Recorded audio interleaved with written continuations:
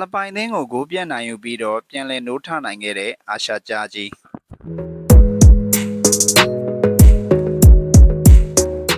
အားလုံးပဲမင်္ဂလာပါခင်ဗျာဒီနေ့ညနေပိုင်းမှာဆိုလို့ရှိရင်တော့အာဆီယံဟွန်တိုင်းကပ်ပွဲစဉ်အဖြစ်အာရှကြားကြီးဖြစ်တဲ့မြန်မာအသင်းနဲ့ဖိလစ်ပင်သင်းတို့ကန်ခဲ့ကြပြီးတော့မြန်မာအသင်းဟာထူးထူးခြားခြား 4-1 ဆိုတဲ့ဂိုးပြတ်ရလဒ်နဲ့အနိုင်ရလဒ်ပေါ်ဆောင်နိုင်ခဲ့တာပဲဖြစ်ပါတယ်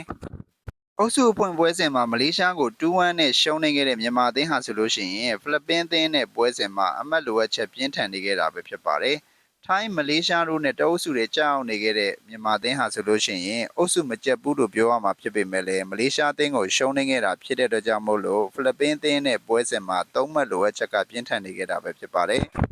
ဖိလစ်ပင်သင်းနဲ့နောက်ဆုံးအကြိမ်ခြေစမ်းပွဲစဉ်တုန်းကဆိုလို့ရှိရင်မြန်မာအသင်းဟာ 5-1 နဲ့ရှုံးနေခဲ့ပေမဲ့လည်းအခုတခါအာဆီယံဟွန်တိုင်းကပ်နဲ့ပွဲစဉ်မှာဆိုလို့ရှိရင်တော့အခုလို line နဲ့ပဲပေါ်ထွက်လာခဲ့တာပဲဖြစ်ပါတယ်။တိုက်စစ်ပိုင်းနေရာမှာဆိုလို့ရှိရင်တော့တန်းပိုင်ဝင်းနိုင်ထွန်းတို့ဥဆောင်လာခဲ့ပြီးတော့ကတ်တရိန်နေရာမှာဆိုလို့ရှိရင်တော့မောင်မောင်လင်းကိုပဲပေးခဲ့တာပဲဖြစ်ပါတယ်။ပွဲစဉ်9မိနစ်မှာတင်မြန်မာအသင်းတို့ဥဆောင်ကိုရရှိခဲ့ပြီးတော့ဒီဂိုးကိုတော့တောင်းကံဘော်ကနေမှတဆင့်ထွက်လာတဲ့ဘောလုံးကိုကျော်မင်းဦးကကောင်းတိုက်သွင်းယူခဲ့တာပဲဖြစ်ပါတယ်။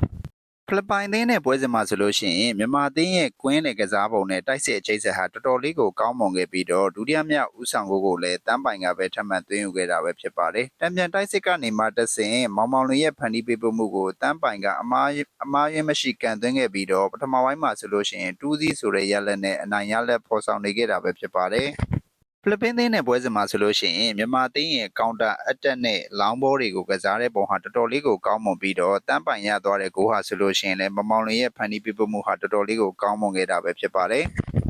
ပထမပိုင်းမှာ2-0နဲ့ရေးနေခဲ့တဲ့ဖလာပါအသင်းဟာဆိုလို့ရှိရင်ဒုတိယပိုင်းမှာတော့လူစားလဲမှုတွေပြုလုပ်စေခဲ့တာပဲဖြစ်ပါတယ်ဒုတိယပိုင်း68မိနစ်ရောက်မှဆိုလို့ရှိရင်တော့ဖိလစ်ပိုင်အသင်းတို့ခြေပါကိုတကူပြန်လည်ရရှိခဲ့ပြီးတော့ဖိလစ်ပိုင်အသင်းရဲ့ကွင်းလယ်မှာခြေစမ်းပြနေတဲ့ဂါယိုဆိုကပဲမြန်မာအသင်းဘက်ကိုပွဲချိန်68မိနစ်ရောက်မှသွင်းယူခဲ့တာပဲဖြစ်ပါတယ်။ခြေပါကိုတကူပြန်လဲခွင့်ပြုလိုက်ရတဲ့မြန်မာအသင်းဟာဆိုလို့ရှိရင်တော့လူစားလဲမှုတွေ3ရောင်းလောက်ကိုဇက်တိုက်ပြုလုပ်ခဲ့ပြီးတော့ပွဲချိန်82မိနစ်ရောက်မှဆိုလို့ရှိရင်တော့တတိယမြောက်ဦးဆောင်ကိုထပ်မံရရှိခဲ့တာပဲဖြစ်ပါတယ်။ဒီကိုတော့ဖိလစ်ပင်သင်းရဲ့နောက်ခံကစားသမားဘောလုံးကိုရှင်းထုတ်ရမှာမတည်သက်တာကိုမြန်မာအသင်းကအခွင့်ကောင်းယူခဲ့ပြီးတော့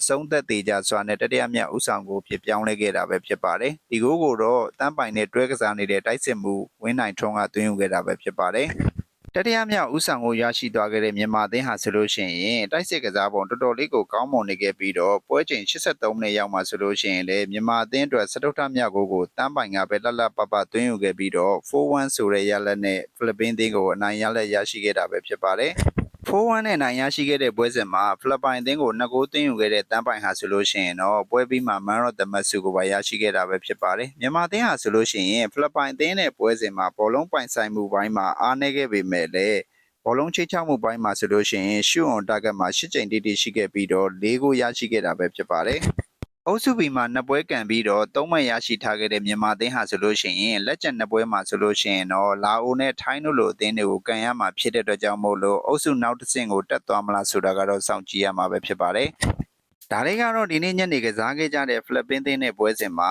အနိုင်နဲ့အတူပြန်လည်နိုးထလာနိုင်ခဲ့တဲ့အာရှကြားကြီးသင်းရဲ့အကြောင်းလေးကိုပြုလုပ်ပေးထားတာပဲဖြစ်ပါတယ်။ဒီပွဲစဉ်နဲ့ပတ်သက်ပြီးတော့မိတ်ဆွေတို့ဘာတွေပြောချင်လဲဆိုတာကို comment box အောက်မှာဝင်ရေးပေးသွားလို့ရပါတယ်။ဆုံးထိကြည့်ပေးတဲ့ညီကိုအားလုံးကျေးဇူးအများကြီးတင်ပါတယ်။